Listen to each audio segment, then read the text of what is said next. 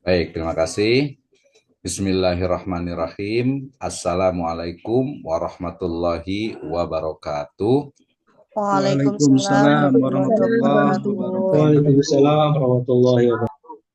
Alhamdulillahirabbil alamin. Wassalatu wassalamu ala asrafil anbiya'i wal mursalin habibana wa nabiyana wa sayyidana wa maulana Muhammadin sallallahu alaihi Allahu alaihi wasallam. wasallam wa Allahumma ala shalli wa barik alihi alaihi. wa ashabihi wa man tabi'ahum bi ihsanin ila yaumiddin wa ba'd. Qala Allah Ta'ala fi kitabihil karim, a'udzu billahi minasyaitonir rajim. Bismillahirrahmanirrahim. Fabima rahmatin minallahi lintalahum walau kunta faddan ghalidhal qalbi lam faddu min hawlik fa'fu anhum wastaghfir lahum wasyawirhum fil amr fa idza azamta fatawakkal 'alallah innallaha yuhibbul mutawakkilin. Wa qala Allahu azza wa jalla aidan ud'u ila sabili rabbika bil hikmati wal mau'izatil hasanah wajadilhum billati hiya ahsan inna rabbaka huwa a'lamu biman dhalla an sabilih inna rabbaka huwa a'lamu biman dhalla an sabilih wa huwa a'lamu bil muhtadin.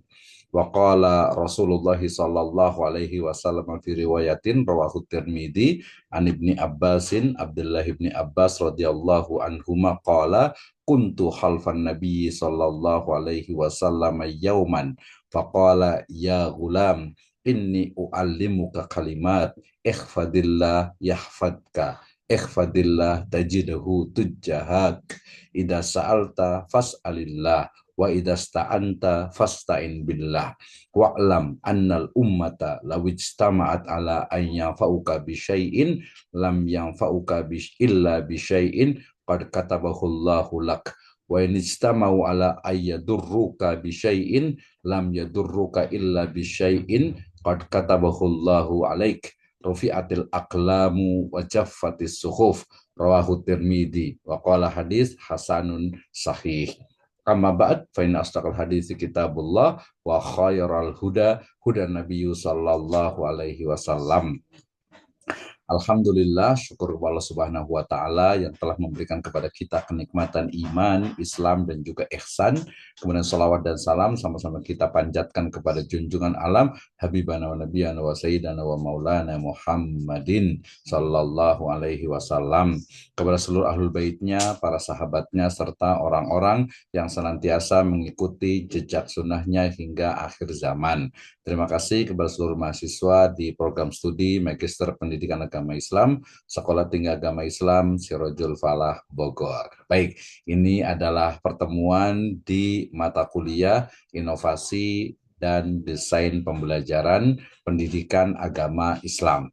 Enggak, ini semacam kembali kita mengingatkan, mereview terkait dengan desain, kemudian model, kemudian pendekatan dan juga metode pembelajaran. Ya, jadi ada 4 istilah yang kita gunakan untuk memahami bagaimana sebenarnya desain pembelajaran pendidikan agama Islam. Ya, sehingga nanti bisa dipahami perbedaannya dengan model, perbedaannya dengan approach, pendekatan dan juga metode pembelajaran. Ya, kita akan buat bagaimana sebenarnya desain, model, pendekatan dan metode pembelajaran ini kemudian kita pahami. Nah, setelah kita pahami, berikutnya adalah develop, ya, atau mengembangkan dari desain pembelajaran khususnya dalam bidang pendidikan agama Islam atau PAI, ya, di SD, SMP, SMA, SMK, ya, MI, MTS, Aliyah, ya, semua itu mata pelajaran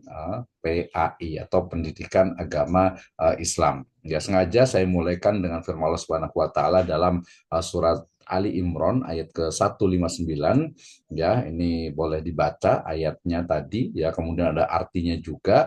Nah, kita nanti akan mengeksplor dari ayat ini dan juga yang paling sering ini adalah di surat An-Nahl ayat ke-125, ya. Allah Subhanahu wa taala berfirman, a'udzubillahi minasyaitonirrajim. Bismillahirrahmanirrahim. Ud'u ila sabili rabbika bil hikmah.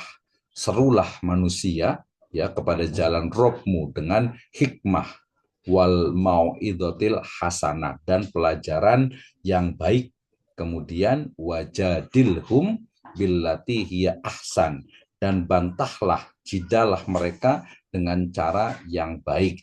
Inna rabbaka huwa a'lamu biman dhalla an sabilih. Sesungguhnya Rabbmu dialah yang lebih mengetahui tentang siapa yang tersesat dari jalannya, wa huwa a'lamu bil muhtadin, dan dialah yang lebih mengetahui orang-orang yang mendapatkan petunjuk. Ya, tentu saja konteks nanti yang akan kita bicarakan adalah tentang desain pembelajaran ya berbasis sirah nabawiyah atau berdasarkan kepada Al-Quran, hadis, dan juga ijtihad para ulama. Ya, bagaimana peradaban Islam telah memberikan ya satu contoh ya dalam bidang atau dalam desain pembelajaran. Ya, kemudian satu riwayat hadis yang diriwayatkan oleh Imam At-Tirmidzi ya, ini juga jelas sekali bagaimana proses dari pembelajaran ya, kuntu khalfan Nabi sallallahu alaihi wasallam yauman, ini adalah perkataan dari Abdullah bin Abbas. Kemudian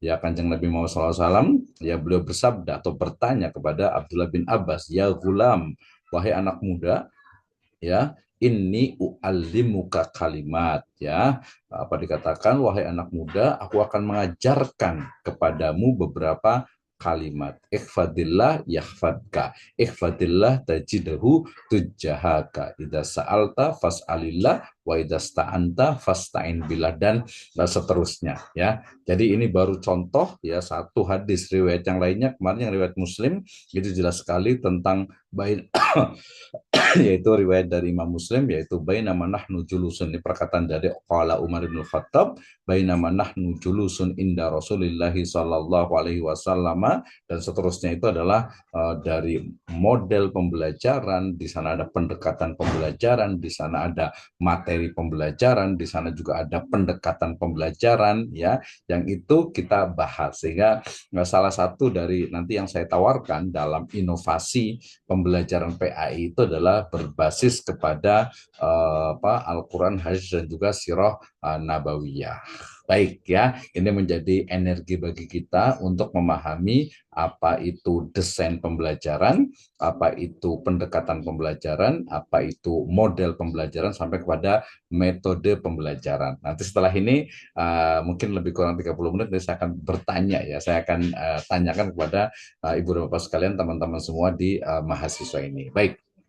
Saya awali dengan definisi dari desain pembelajaran. Jadi yang dimaksud dengan desain pembelajaran itu adalah rancangan sistematis ya yang mengorganisir berbagai elemen pembelajaran. Jadi lebih namanya juga desain ya. Desain itu berarti kan rancangan. Jadi ya belum jadi gitu ya, belum dilaksanakan, jadi masih dalam bentuk rancangan. Sehingga desain pembelajaran adalah rancangan yang dia sistematis, tentu saja nanti di dalamnya itu ada logis gitu ya, dan berdasarkan data-data empiris juga, yang tujuannya apa? To organize ya, mengorganisir ya berbagai elemen pembelajaran. Sebagaimana kita pahami, elemen pembelajaran atau cakupan ruang lingkup dalam atau dimensi-dimensi dalam pembelajaran itu kan ada, yang kelihatan itu adalah ya tadi metode pembelajarannya, media pembelajarannya, model pembelajarannya, pendekatan pembelajaran ya, itu adalah ya elemen atau dimensi dari pembelajaran ya. Nah, tujuannya tentu saya sangat jelas, yaitu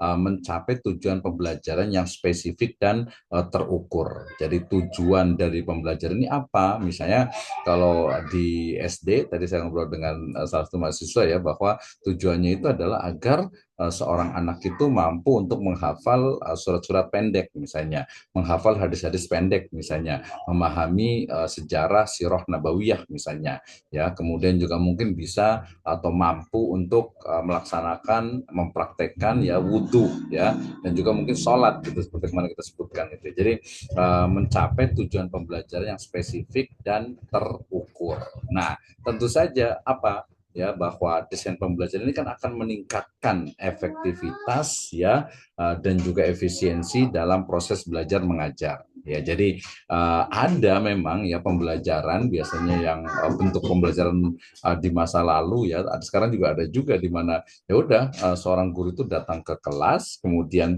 anak-anak hari ini kita belajar tentang ini gitu. Jadi nggak ada RPP-nya, nggak ada desain pembelajarannya gitu. Yang penting udah ngajar aja gitu ya. Nah, walaupun sebenarnya mungkin ya secara istilahnya itu intrinsiknya ya disebutkan implisitnya itu sebenarnya sudah ada di otak atau di otak yang di pikiran dari guru tersebut itu sebenarnya sudah masuk juga ke desain pembelajaran, tapi agar lebih sistematis, logis, maka dia harus ada desain pembelajarannya. Nah, ini adalah desain pembelajaran, jadi disebut dengan apa, rancangan ya, rancangan sistematis yang mengorganisir berbagai dimensi atau elemen pembelajaran dari awal gitu ya, dari mulai menyusun tujuannya gitu ya sampai terakhir yaitu evaluasi. Nah, itu adalah desain pembelajaran. Oke, next ya. Ini yang paling penting. Jadi dalam desain pembelajaran itu mesti ada, tadi boleh menggunakan istilah komponen, bisa boleh menggunakan istilah elemen, bisa boleh menggunakan istilah dimensi, atau juga bagian-bagian atau ruang lingkup dari desain pembelajaran. Ya, yang pertama ya, ini sepertinya kemarin juga sudah kita bahas sebenarnya. Jadi kalau kita bicara tentang desain pembelajaran, apa itu desain pembelajaran? Jadi desain pembelajaran ya rancangan pembelajaran, dalamnya ada apa? Yang pertama adalah tujuan dari pembelajaran ya. Jadi tujuan pembelajaran terutama nanti yang lebih spesifik, misalnya kalau sekarang kalau di perguruan tinggi ya ada CPL ya, capaian pembelajaran itu ya, di mana di sub CPL ini mahasiswa mampu melakukan ini atau mampu mendeskripsikan atau menjelaskan atau memahami atau melaksanakan. Nah, gitu ya. Jadi tujuan yang paling penting, tujuannya adalah menetapkan dengan jelas hasil belajar yang ingin dicapai. Ya, di mata kuliah ini saya juga pernah sampaikan di awal itu bahwa dengan mempelajari, dengan mengikuti pembelajaran di mata kuliah ini diharapkan mahasiswa itu memahami tentang desain pembelajaran. Nah, tentu saja karena kita di level master S2 bukan hanya mengetahui, bukan hanya memahami, ya, bukan hanya bisa atau mampu menjelaskan, tapi mampu mendesain, membuat ya, mengcreate atau mungkin mengembangkan bisa juga. Nah, kemarin diawali dengan mendeskripsikan dulu, mendeskripsikan bagaimana sebenarnya pembelajaran yang ada di sekolah tersebut atau di suatu sekolah, gitu ya. Jadi tujuan pembelajaran. Yang kedua adalah materi pembelajaran ya, ada tujuan pasti ada materi dong, otomatis ya. Jadi materi pembelajaran ini memilih dan mengorganisir materi yang relevan dan sesuai. Kemarin kita udah bahas tuh bagaimana misalnya seorang anak yang dia usianya misalnya 6 tahun gitu ya, 5 tahun 6 tahun itu berarti harus diajarkan untuk dia sholat. Kenapa? Karena pada usia 7 tahun itu harus diperintahkan untuk sholat, ya kan? Nah, sehingga kemudian ya harus bisa sholat di usia 7, berarti usia 5 atau 6 itu harus diajari tata cara sholat. Nah, sebelum diajari tata cara sholat, tentu saja harus diajari dulu tentang bagaimana berwudu, ya kan? Nah, sebelum belajar berwudu juga, sebelum seorang anak itu bisa berwudu, dia juga harus diajari dulu tentang ya apa, toharoh, tentang bersih-bersih, ya, tentang istinja, tentang membersihkan kotoran gitu ya. Nah, dan lain sebagainya. Berarti pokoknya membersihkan dari segala najis, baik najis besar, sedang ataupun yang kecil. Nah, itu berarti kan ada prosesnya, kelihatan ya, clear ya, jelas sekali. Jadi materi pembelajaran juga diusahakan memang sesuai ya, sesuai dengan apa? Dengan perkembangan dari anak itu sendiri. Nah, kemudian yang ketiga, komponen elemen dari desain pembelajaran itu adalah strategi pembelajaran. Nah, jadi menentukan metode dan pendekatan pembelajaran yang efektif. Nanti kita akan bicara antara metode dengan pendekatan. Jadi kalau metode itu dia langsung kepada cara ya, cara dalam mengajar, cara dalam istilahnya itu pembelajaran. Sementara kalau pendekatan dia lebih sifatnya abstrak teoritis. Ya, nanti kita akan lihat apa bedanya antara metode dengan pendekatan pembelajaran. Nah, kemudian elemen yang keempat tentu saja itu adalah evaluasi pembelajaran, ya kan ya. Jadi bagaimana mengembangkan alat ukur untuk menilai pencapaian siswa. Ini kan dari dulu, ingat ya, kalau kita dulu masih SD gitu ya, mungkin ada ada yang masih menggunakan dulu tuh ada Eptanas, ada kemudian juga untuk UN gitu ya, ujian nasional ya, kemudian sekarang dihapus. Jadi ukurannya apa nih? Mengukur untuk kemampuan dari seorang siswa itu dikatakan memiliki prestasi apa nih? Oh ya udah, ada UTS, ada UAS. Itu kan kalau pembelajaran yang di kelas. Kalau di sekolahan, antar provinsi, seluruh Indonesia apa nih ukurannya? Sehingga kemudian digunakanlah atau dulu adanya ujian nasional. Ya kan, tapi kemudian sekarang setelah UN itu dihapus ya tetap saja ada ranking yang memang ini menjadi ukuran untuk nasional gitu ya. Nah itu dalam evaluasi. Tentu saja nanti evaluasi juga itu kalau di sekolah itu juga dia memunculkan atau istilahnya itu meninggalkan permasalahan, yaitu ada beberapa sekolah di mana yang mengajar itu adalah guru ya, kemudian butir-butir soal yang harus dikerjakan oleh siswa itu adalah dari selain guru. Ini ada positif negatifnya ya.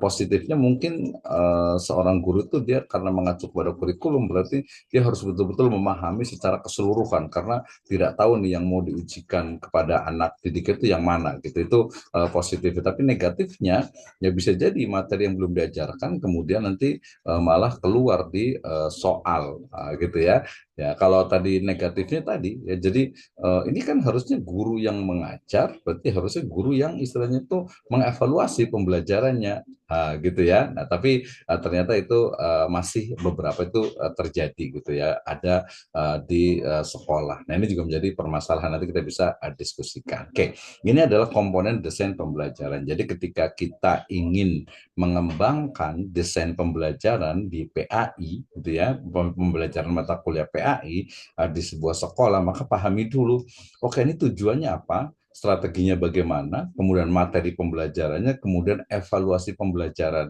Nah, semua itu tentu saja adanya adalah di RPP ya.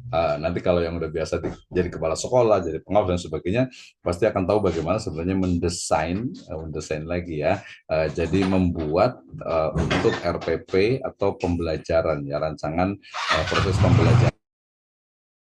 Oke ya, ini menjadi hal yang menarik sehingga ya kita nggak bisa mengembangkan kalau istilahnya itu tidak memahami tujuannya apa, tujuan pembelajarannya, kemudian materi pembelajarannya, kemudian strategi pembelajaran yang dilakukan sampai kepada evaluasi pembelajaran. So ini adalah desain pembelajaran. Jadi 4 komponen inilah ya yang disebut dengan desain pembelajaran. Oke, next yang berikutnya ini model pembelajaran. Tadi kan desainnya. Kalau model berarti apa? Kerangka kerja teoritis yang menggambarkan pendekatan sistematis dalam proses belajar mengajar. Itu model. Ya, jadi bagaimana sih sebenarnya proses belajar mengajarnya? Dia lebih teknis, sebenarnya bukan teknis ya, dia lebih kepada ya model, konstruk, bangunan, ya contoh lah gitu ya. Jadi oke, modelnya begini, tahu ya. Jadi model pembelajarannya berarti misalnya misalnya itu menggunakan ini contoh modelnya project based learning, problem based learning atau inquiry based learning. Itu beberapa contoh saja gitu ya. Jadi atau mungkin tadi kalau saya menyebutnya dengan modelnya misalnya udah kita pembelajaran berbasis sirah nabawiyah gitu ya. Jadi bagaimana sih Nabi SAW itu mengajarkan atau proses pembelajaran yang dilakukan oleh Nabi SAW dan para sahabatnya itu kayak gimana sih? Jadi disebut saja kita misalnya Quranic based learning atau hadis based learning ya, atau mungkin sirah nabawiyah tentu saja ya, sirah based learning. Jadi pembelajaran berbasis kepada sirah. Gimana caranya? Ya Nabi, nanti kita akan berikan beberapa contohnya ya, bagaimana Nabi SAW itu beliau ya mengajarkan, ya memang beliau juga bois itu mu'alliman dalam salah satu riwayat bahwa Nabi itu sebagai mu'allim untuk mengajarkan. Ya jelas ya, namanya para nabi dan rasul kan pasti mengajarkan ya, mengajak tadi ud'u ila sabili rabbika bil hikmah, itu kan yang ngajar gimana, oh ini baik, oh ini buruk gitu, ini harus ditinggalkan, ini dilaksanakan, oh ini dilaksanakan itu yang memang wajib untuk dilaksanakan, yang fardu, oh ini sunnah saja boleh melaksanakan, oh ini mubah gitu ya, silahkan saja laksanakan, tuh antum alamu bi amri au bi umuri dunyakum misalnya gitu, oh ini makruh nih ya, boleh dilakukan dalam keadaan tertentu tertentu gitu. Oh ini haram nih, nggak boleh. Kenapa? Karena memang istilahnya itu dilarang dalam agama dan juga berbahaya bagi manusia. Jadi model pembelajaran lebih kepada teori dalam pembelajaran. Tapi teori yang kemudian dimodelingkan dibuat, oke, project based learning berarti pembelajaran ya yang berbasis kepada project, kepada kegiatan-kegiatan, aktivitas-aktivitas yang bisa dilakukan oleh siswa atau oleh peserta didik. Dan ini trennya ke depan seperti itu. Atau mungkin juga problem based learning di mana pembelajaran itu berbasis kepada permasalahan. Jadi mengidentifikasi permasalahan, kemudian dari situ kita bisa meluaskan atau mengeksplor ya dari pembelajaran yang akan dilakukan. Demikian juga inquiry based learning. Ini adalah model pembelajaran. Next. Nah, tadi model, sekarang pendekatan. Ya, jadi pendekatan pembelajaran ya adalah cara pandang atau filosofi yang melandasi proses pembelajaran. Artinya worldview-nya lah ya. Proses pembelajaran itu kayak gimana sih sebenarnya? Ya, nah misalnya jenis pendekatannya itu ada konstruktivisme, ada humanisme, ada behaviorisme. Ini saya yakin kayaknya udah biasa baca nih ya. Kalau kita menyebut dengan ya kalau pendekatan tadi mungkin dengan Quranik bisa juga disebut dengan pendekatan gitu ya. Pendekatan kenapa? Karena dia menjadikan pembelajaran itu dasarnya ya tadi worldview-nya kan ya. Jadi cara pandangnya itu adalah berdasarkan Islam. Ya, tadi tujuannya nanti kita akan lihat kembali ke awal bagaimana kalau semuanya dikaji dengan Islam. Ingat kemarin saya pernah mengatakan bahwa namanya juga pendidikan agama Islam, pasti dong mestinya cara mengajarnya, kemudian metodenya, pendekatannya, desainnya itu juga harus didasarkan kepada Islam mestinya gitu ya. Ya walaupun tadi tidak menutup juga untuk mengambil dari yang lain yang memang itu memberikan manfaat khususnya tadi untuk bagaimana tujuan dari pembelajaran itu dia betul-betul tercapai ya. Jadi jenis pendekatannya tadi ada konstruktivisme, ada humanisme, ada behaviorisme gitu ya. Ini teori-teori dalam pendekatan pembelajaran ya. Nah, ini menjadi penting ya. Kemudian penerapannya, jadi setiap pendekatan memiliki karakteristik dan penerapan yang berbeda-beda. Nanti saya boleh tanya juga nih, boleh juga nih buka-buka laptop, buka handphonenya lagi tentang apa sih konstruktivisme, apa itu humanisme, dan juga apa behaviorisme ya. Nah penerapannya tentu saja masing-masing itu berbeda. Itu kita akan lihat gitu ya. Oke, next itu adalah pendekatan pembelajaran. Jadi bagaimana proses pembelajaran itu kemudian memiliki landasan, memiliki cara pandang, memiliki worldview ya. Kenapa sih proses pembelajaran itu harus seperti ini? Ya misalnya begini, pembelajaran di SD ya dengan di SMP mestinya berbeda, apalagi kalau sudah di SMA dan di perguruan tinggi. Demikian juga pembelajaran kita di program sarjana, degree dengan di level master sebenarnya mestinya berbeda gitu ya.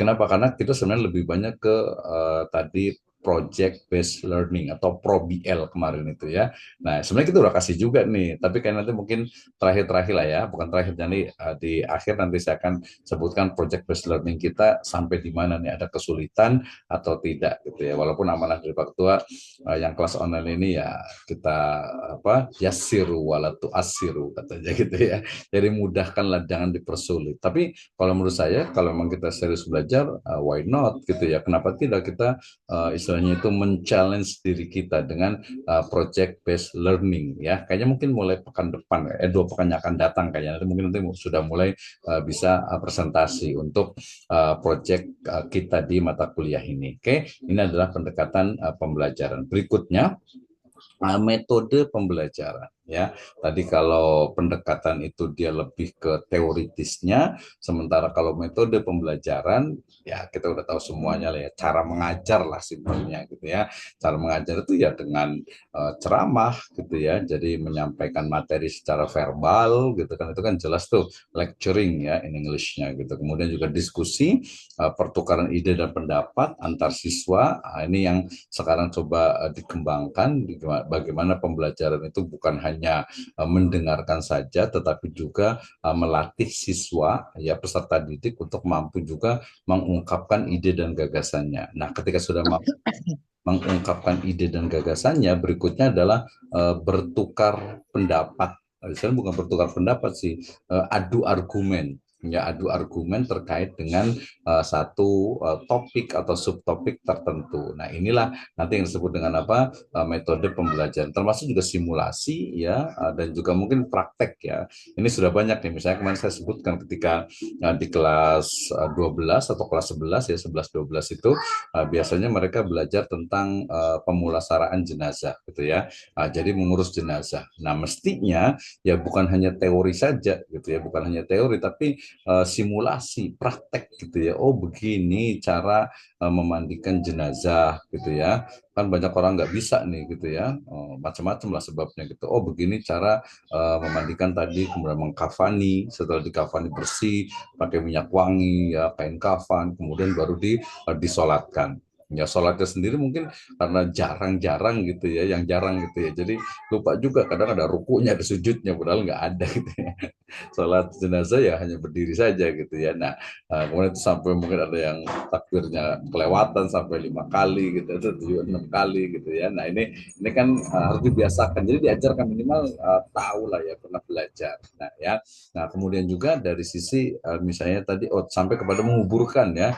Cara menguburkan kan anak kecil, anak SMA ya nggak tahu lah kalau dia nggak coba gitu ya, nggak coba mempraktekkan, dan itu ya lebih apa ya, lebih menarik lah untuk siswa gitu. Jadi tidak hanya mendengarkan ya, mungkin pakai boneka atau mungkin kalau mengkapan bisa pakai temannya gitu ya, dan lain sebagainya. Itu mengundang untuk istilahnya itu berbeda kan ya, antara mendengarkan, antara diskusi, dan juga antara simulasi atau mempraktekkan. Nah itu ya. Jadi ini adalah metode pembelajaran. Jadi kalau metode belajar udahlah cara cara mengajar lah, simpelnya gitu ya, cara mengajar. Nah ini kan sekarang itu banyak ya, kalau selama ini hanya ceramah, diskusi, tadi simulasi, kemudian juga yang paling banyak sekarang saya lihat tuh teman di MTS itu sudah pakai presentasi gitu ya. Nah itu juga sebenarnya presentasi itu sebenarnya mengajarkan anak untuk bisa soft skill ya, misalnya berbicara di depan umum. Nah, itu kan dibiasakan tuh. Ya minimal nama juga belajar gitu ya, pasti ya banyak kekurangan lah gitu ya. Jangankan itu yang sudah S1 saja biasanya juga masih ini, apalagi ini MTS atau aliyah gitu ya. Kayak ini adalah metode pembelajaran. Oke, next. Nah, ini yang menarik nih. Jadi ada pertanyaan, kira-kira apa nih hubungan korelasi antara desain, kemudian model, kemudian pendekatan, dan juga metode pembelajaran. Ya, kita lihat bahwa desain Oke, kita lihat. Ya, jadi desain pembelajaran itu berperan sebagai payung besar. Jadi, ya namanya juga desain kan tadi rancangan gitu ya. Jadi rancangan payung besar di mana model pembelajaran kemudian dipilih sesuai dengan tujuannya, sementara pendekatan pembelajaran melandasi model yang dipilih ya. Sedangkan metode pembelajaran adalah teknik spesifik yang digunakan dalam proses belajar mengajar. Nah, seperti itu ya. Jadi ada desainnya besar, desain pembelajaran itu adalah payungnya, ya bisa payungnya atau sesuatu yang memang melingkupi dari keseluruhan ya, pendekatan, model, dan juga metode ya. Saya disebutkan, jadi pendekatan ini dia melandasi model yang kalau model itu kan sudah jadi ya, tapi dia masih teoritis ya, model itu masih teoritis ya. Kalaupun dikonstruk nanti dari sebuah implementasi, dari sebuah praktek, maka itu dia menjadi ya, kalau dalam riset itu menjadi grounded theory gitu ya. Jadi desain adalah kita sebut, kalau lingkaran ini desain dan lingkaran besarnya, kemudian di dalamnya itu ada pendekatan pembelajaran. Ya, pendekatan pembelajaran itu akan menjadi asas ya, sumber dari model yang dipilih. Modelnya mau kayak gimana nih pembelajarannya, sampai kemudian teknik atau metode pembelajarannya ya. Nah ini kan jadi menarik nih ketika bicara, oh ternyata itu ya, jadi hubungan antara desain, model, pendekatan, dan metode pembelajaran. Nah, kenapa penting? Ya jelas lah ya, kalau pembelajaran itu kan tadi mulai dari desainnya untuk mengukur ya. Kalau mungkin mohon maaf nih, mungkin kalau di lembaga-lembaga pendidikan yang tradisional gitu ya, mungkin ya kesannya itu tidak ada desain pembelajaran, padahal ada, hanya bedanya itu dia tidak tertulis gitu kan ya. Jadi misalnya nih, punten ya, mohon maaf, misalnya seorang kiai mendirikan pesantren gitu kan ya. Nah, otomatis sebenarnya di kepala, di pikiran beliau itu sudah terrakum tuh ya, sudah terancang tuh. Berarti nanti kita ngikutin, oh ya udahlah kita benchmark bahasa kerennya itu ya. Kita ke benchmark ke pesantren yang dulu nih yang pernah nyantri di sana. Oh pesantren seperti itu berarti model Yoda model Sorogan ya. Kemudian nanti ada kobongnya nih, kemudian pembelajaran itu mungkin habis sholat subuh misalnya, kemudian pakai kitab kuning misalnya ya. Kemudian nanti gurunya akan membacakan, kemudian nanti atau mungkin nanti siswanya santrinya gantian membacakan, baru nanti dijelaskan oleh seorang guru. Nah kadang-kadang terakhir itu kadang mungkin oh ada yang mau bertanya silahkan. Nah, itu biasanya pengembangannya. Itu kan berarti sudah ada desainnya sampai ke evaluasinya pun sebenarnya ada. Nah itu cuman hanya saja memang mungkin ya tidak tertulis, tidak tertuangkan atau tidak dituangkan dalam sebuah media ya, tidak tertulis lah intinya gitu ya. Jadi tapi rancangan itu saya yakin sudah ada gitu ya. Nah, termasuk juga kita nanti ketika bicara tentang bagaimana sirah nabawiyah, kesannya kan Nabi itu, Kanjeng Nabi Muhammad SAW itu umi ya, umi, walaupun agak sedikit debatable ya, anggap saja, tapi kita anggap aja lah umi ya, tidak bisa baca tulis. Tapi kemudian rancangan beliau yang dibimbing oleh wahyu, yang nanti menginspirasi bagi peradaban Islam dalam model pembelajaran gitu ya. Nah, itu kan sudah sangat jelas sehingga tadi ya kita tidak menafikan ya mungkin tadi lembaga-lembaga pendidikan yang kesannya tradisional itu seolah-olah itu tidak memiliki desain pembelajaran, tidak, mereka punya gitu ya, hanya mungkin tidak tertuliskan, tidak seperti sekarang. Kalau sekarang kan kenapa ya, karena harus ada evaluasi, harus ada supervisi, harus ada observasi, sehingga ya harus ditulis Anda mengajar apa nih. Nah, ini kan paling banyak nih kalau di perguruan tinggi. Saya yakin kalau akreditasi di sekolahan juga sama, kayak Ustadz ini mengajar apa, oh saya mengajar SKI gitu, apa materinya, metodenya apa, kemudian pendekatannya seperti apa, modelnya bagaimana. Nah, ada nggak itu, adanya di mana? Ada di kepala saya, Pak. Oh, ya susah lah untuk menilainya gitu ya. Jadi kemudian harus tertuang dalam desain pembelajaran. Nah, buktinya, borangnya di desain pembelajaran itu adalah ya RPP lah minimal gitu ya. Nanti ada di materinya itu ada mungkin tadi buku modul dan lain sebagainya. Oke ya, jadi pentingnya memahami desain, model, pendekatan, dan metode pembelajaran terkait dengan apa? Pembelajaran efektif. Jadi akan membantu guru ya atau ustadz ya merancang pendidik ya, guru ustadz pendidik merancang dan melaksanakan proses pembelajaran yang efektif. Ya kan, jadi kan tujuan belajar istilahnya kan agar berhasil. Tujuannya apa? Oke, tujuan agar bagaimana agar tujuan tercapai, tentu harus efektif. Berarti efektif efisien berarti adalah efektif efisien adalah pembelajaran yang sampai kepada tujuan pembelajaran tersebut. Ada tujuan pembelajarannya, ada sub tujuan pembelajaran atau tujuan dari masing-masing sub materi dan seterusnya. Ya, jadi pembelajaran efektif, efektif itu adalah ketika sampai kepada tujuan, ketika seorang siswa tadi misalnya dia memahami tentang bagaimana nasab Nabi SAW gitu ya. Oh ya berarti siswa itu mampu menyebutkan nasab Nabi, masa jauh-jauh mungkin sampai ke Adnan misalnya gitu ya dan seterusnya. Oh mampu menghafal surat Al-Fatihah. Wah, kalau untuk kelas 1 kelas 2 gitu ya. Atau mungkin surat Al-Mulk misalnya gitu kan. Oh dia menghafal aja udah, berarti dia hanya menghafal saja gitu ya. Kalau terjemahnya nanti level yang lainnya. Gimana caranya agar anak itu bisa menghafal Al-Quran? Itu nanti yang beda dengan beberapa mata pelajaran yang lainnya. Apalagi kalau masalah tadi akidah misalnya ya. Nah, misalnya menjelaskan tentang sifat 20 gitu ya.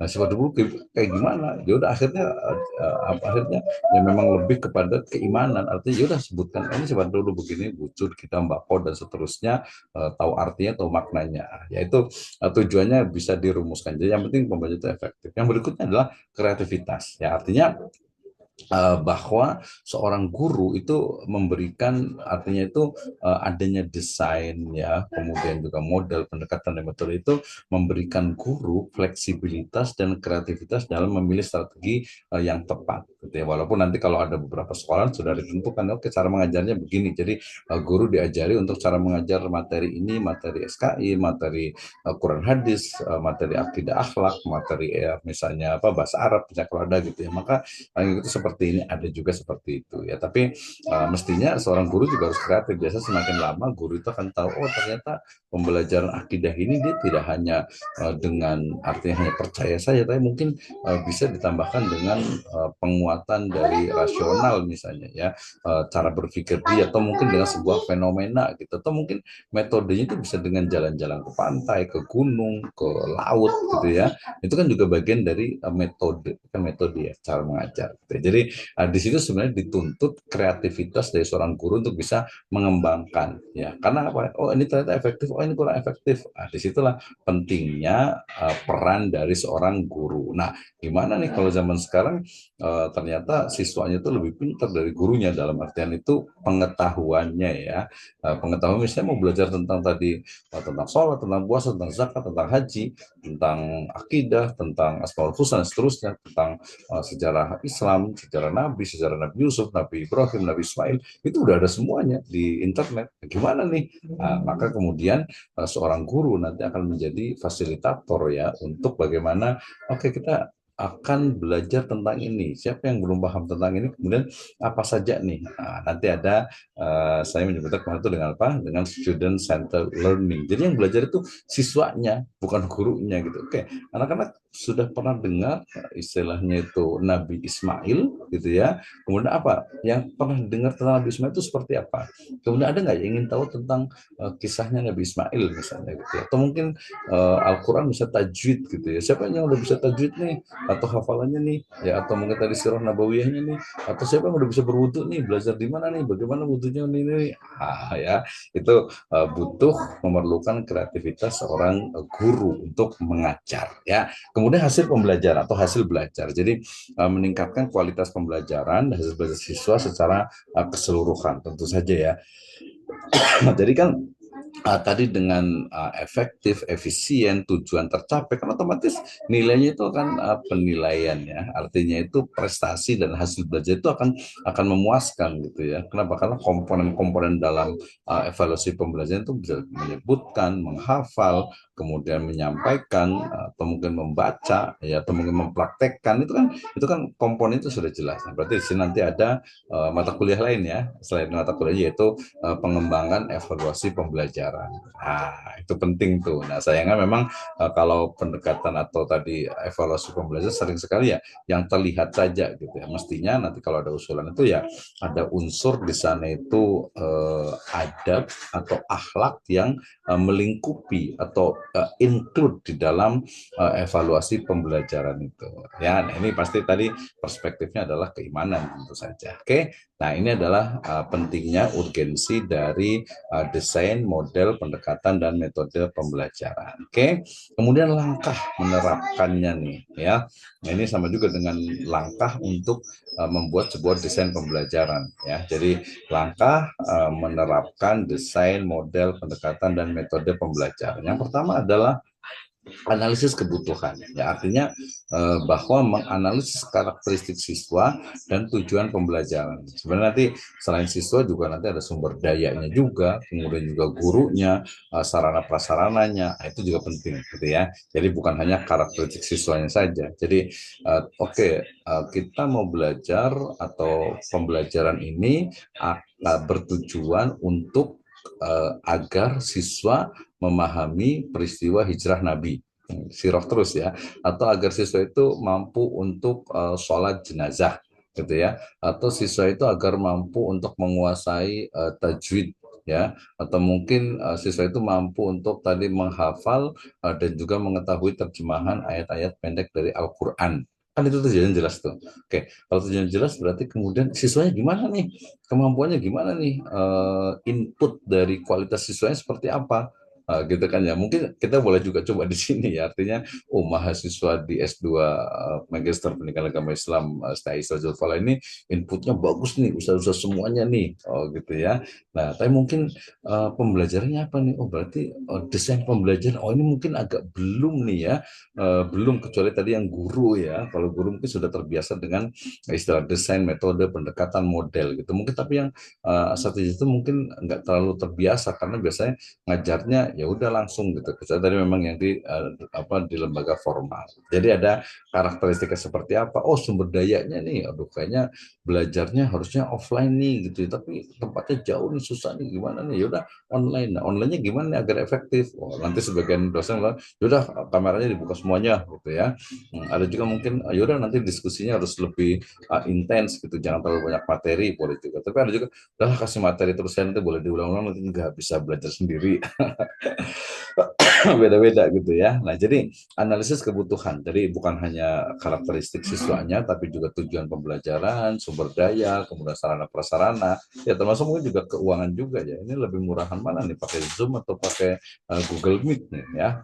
Nanti kita lihat nih gitu ya, di analisis di akhir biasa gitu ya. Oke, yang kedua adalah pengembangan desain. Artinya memilih model pembelajarannya, pendekatan pembelajarannya, dan metode yang sesuai dengan perkembangan zaman. Oke, ini kayaknya cocoknya kalau umpamanya Siroh itu boleh pakai ini, pakai film nih gitu ya. Mungkin cari film yang potongannya tentang satu topik tertentu, nanti anak-anak suruh melihat, oke itu cukup bagus. Atau mungkin ada juga praktek nih, kebetulan ada yang meninggal nih gitu. Atau mungkin boleh juga nih datang ke rumah sakit atau apa yang meninggal, atau mungkin ke masjid gitu ya, ketika ada yang meninggal, oh langsung praktek nih sholat jenazah. Oh sebelumnya cara menyolatkan tadi, cara mengkafaninya, cara misalnya itu apa memandikannya, oh atau mungkin sholat khauf nih gitu ya, atau mungkin berwudu, oh ya udah kita bikin praktek wudu aja, bisa langsung gitu ya, direct gitu ya. Atau mungkin karena muridnya banyak, siswanya banyak, bisa pakai video juga gitu ya, simulasi